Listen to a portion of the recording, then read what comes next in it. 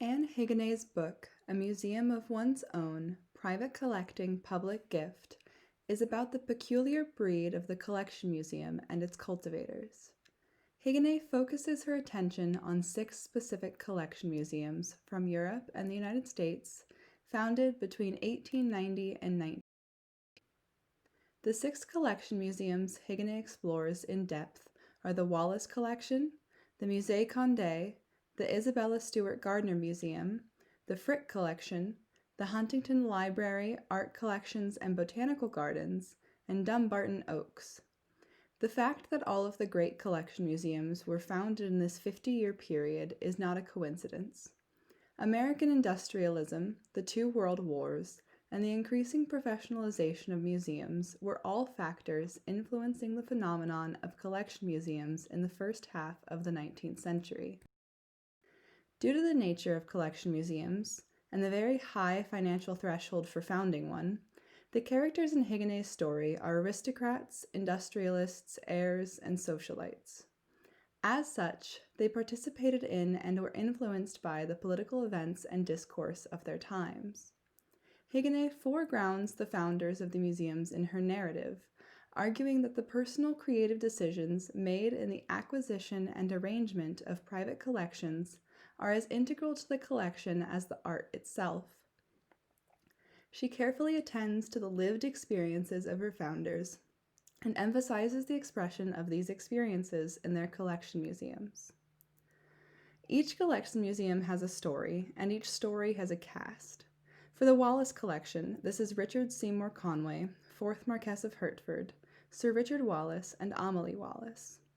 Higonet positions the story of the Musée Condé as more of a psychodrama between Henri d'Orléans, Duc d'Aumale, and the Condé princes.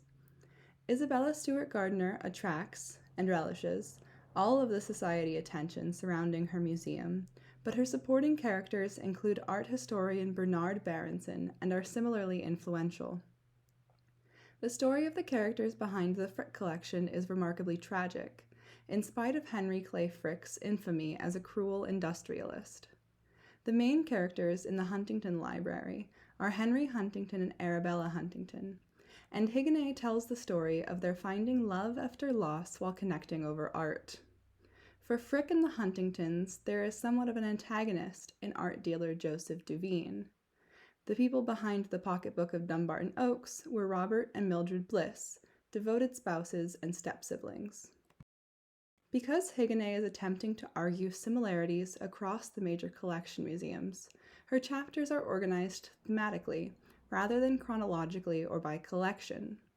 She discusses the rise of collection museums in opposition to national museums, the process of acquisition, the domestic element of the collection museum, the museum as self-portrait, and the transition process from home to museum. In each of her 5 chapters, all 6 of the major collections are examined, and she often incorporates other museums beyond these 6. This does serve to illustrate her point, but it demands a juggling act of the reader. I have decided to organize my presentation around the discrete museums and include what Higonet identifies to be their contributions to the development of the collection museum as a medium. I make a point to belabor the people that populate Higonet's book because they are the fulcrum around which her argument hinges. With this in mind, the chronological beginning of Higonet's book is in the mid-late 19th century with the 4th Marquess of Hertford and his illegitimate son, Sir Richard Wallace. The Wallace collection contains items that were collected over several generations. The first 3 Marquesses of Hertford collected some, but the bulk of the collection was bought by the 4th Marquess, Richard Seymour Conway. The Marquess was in a position to pursue art collection from inheritance left to him by his mother. The artwork was occasionally shown in public, but only through the coordination of Sir Richard Wallace, who acted as his secretary. While the Marquess never formally recognized Wallace as his son, he left his entire collection, primarily consisting of 18th century French decorative arts and paintings, and fortune to Richard. After his death in 1890, Richard Wallace left the entirety of his estate to his wife, Amelie. The first and most influential transition from private collection to public museum was made in 1900 at the direction of Amelie Wallace's will. The ambiguity of the will inspired a debate between whether the National Gallery in London or Hertford House should possess the collection. Ultimately, the committee assembled to resolve the issue decided that the arrangement of the collection by the founder is worthy of preservation itself, a decision that influenced each of the following museums. The founder of the Musée Condé, Duc d'Aumale, Henri d'Orléans, also came from an aristocratic background. The fifth son of King Louis-Philippe I, the Duke had experienced the 19th century political upheavals of France firsthand, both as a royal and a soldier. As a young child, the Duke inherited a huge sum and the Château de Chantilly from his godfather, Louis-Henri de Bourbon, the last Prince of Condé. Héguinet considers this connection to be crucial in the formation of the Musée Condé, as it offers a source for some of the museum's particulars, such as the position of the Duke's portrait in Chantilly, or the corresponding mounted statues of the Duke and the Prince of Condé. Héguinet explains how the Duke's decision to donate Chantilly to l'Institut de France was a decision that placed control of the endowment into the hands of a stable national institution, a move that indicates the transition from aristocratic palace into national home. Unlike the Marquess and the Duke, Isabella Stewart Gardner did not have aristocracy to justify the formation of her museum. Moreover, she did not have the credibility or network to choose pieces entirely on her own. Héguinet indicates how Gardner recognized her own limitations by hiring Bernard Behrens, a historian. She was the first of the major collection museums to enlist an expert in accumulating her art. Berenson was instrumental to Gardner's collection, often helping her track down and authenticate prized pieces. We see the effects of the early stages of museum professionalization. The knowledge Gardner needed for a successful collection had become professional, and she could use her money to buy Berenson's knowledge. Henry Clay Frick was an industrialist and a railroad magnate who was largely responsible for the events of the Johnstown flood, which resulted in the deaths of over 2,200 working class. But this is not the Frick that Héguinet recognizes in the Frick collection. Instead, she discusses Frick's family life, particularly the tragic accidental death of his daughter Martha at age 5. After her death, Frick had her likeness printed on all of his checks, but kept himself out of his collection.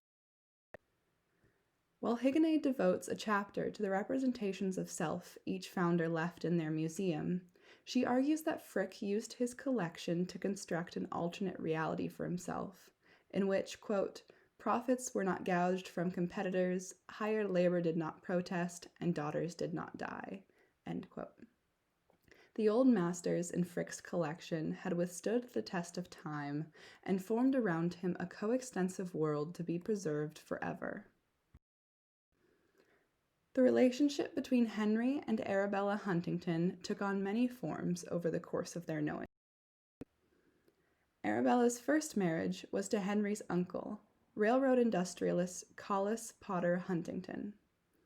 After Collis passed away in 1900, the majority of his art collection was donated to the Metropolitan Museum of Art in New York, with the rest of his estate split between Arabella and Henry. The two were friendly but distant, both collecting for a few years separately from one another. Eventually, they began to combine their energy and resources into creating one collection. Héguinet editorializes that the two fell in love during talks over beautiful. The Huntingtons are most interesting in their dealings with Joseph Duveen, the antagonist of Héguinet's retelling. She uses Duveen's business with the Huntingtons, and with Frick to a lesser extent, to illustrate the art dealer's infamous salesmanship.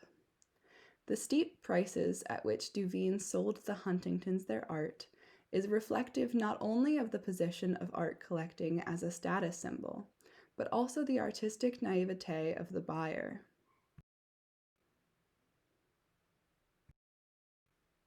The final characters that Higonay introduces are Robert and Mildred Bliss. These two knew each other their entire lives, meeting first as step-siblings after Mildred's mother remarried to Robert's father. As collectors, they followed in the footsteps of Gardner by employing a historian, close family friend Royal Tyler. It is primarily due to Tyler's influence that the art at Dumbarton Oaks is essentially two collections: Byzantine art and pre-Columbian art. With the Blisses, Higonay demonstrates the expanding globalization of art and growing inclusion in its definition. Overall, Anne Higonay's A Museum of One's Own offers a history of the medium of the Collection Museum through 6 illuminating examples. She approaches many more topics than those I have been able to address here, including but not limited to gender, public versus private, class, anti-Semitism, and tax law. The age of the Collection Museum may be over, but private collection isn't dead yet. Higonay's book urges those interested in these museums to center the input of the founder so as not to lose view of the collection through the artwork.